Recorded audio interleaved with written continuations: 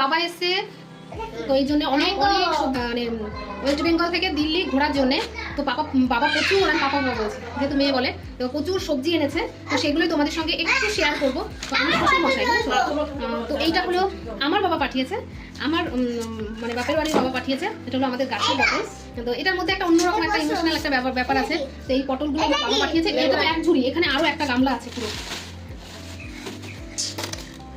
আর এখানে লেবু। আমি তো 1 বছর পর বাড়িতে যাই, আমার ভুলে যাই কোন গাছ আছে আমাদের বাড়ির উঠোনে। আর এই বছর তো যাওয়াই হলো না, যাই হোক। আর এটা রয়েছে মোচা। এইটা আমার বৌদির বাবা পাঠিয়েছে, মানে সবাই। হ্যাঁ এই দেখো, এটা মোচা, এটা আমার জন্য পাঠিয়েছে। জানি না কতদূর যাবে, যাই হোক ফটাফট করি। এটা হলো চই ঝাল রয়েছে। এটা রয়েছে গন্ধরাজ লেবু, বৌদির বাড়ি থেকেও পাঠিয়েছে, আবার আমাদের মানে আমার শ্বশুর বাড়িতেও রয়েছে গন্ধরাজ লেবু, এটা পাঠিয়েছে। আম তো রয়েছেই এইগুলো। এটা রয়েছে আমাদের গাছের এঁচড়, না আমার বাবার মানে শ্বশুর বাড়ির। আর যেটা ঘ্যাটকুল আরও আছে, দেখিয়ে দেবো তোমাদের। এই যে ঘ্যাটকুল পাঠিয়েছে, এই ঘ্যাটকুলগুলোকে বাটা হবে। দাদা আছে, আমি আছি, যেহেতু দুজনই বাইরে রয়েছে, এগুলো পাওয়া যায় না, তো সুন্দর করে বসে এগুলো ঘেটে আমরা খাবো এখানে, যদি পারি শেয়ার করবো, যাই হোক। আর এখানে রয়েছে কুমড়ো শাক। এটা কুমড়ো শাক রয়েছে এটুকুই, কারণ আমাদের এটা গাছের বাড়ি। আর এটা রয়েছে পাট শাক, এগুলো দেখিয়ে দিলাম।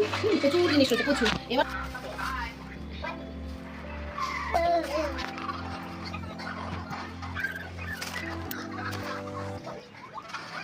আর অনেক দিন আমাদের ওখানকার দেশি দই খাওয়া হয় না, তো আমরা একটা চ্যালেঞ্জ নিয়েছিলাম। দেখো দইটা কিন্তু একদম ঘাটেনি, একদম ঠিকঠাকই রয়েছে।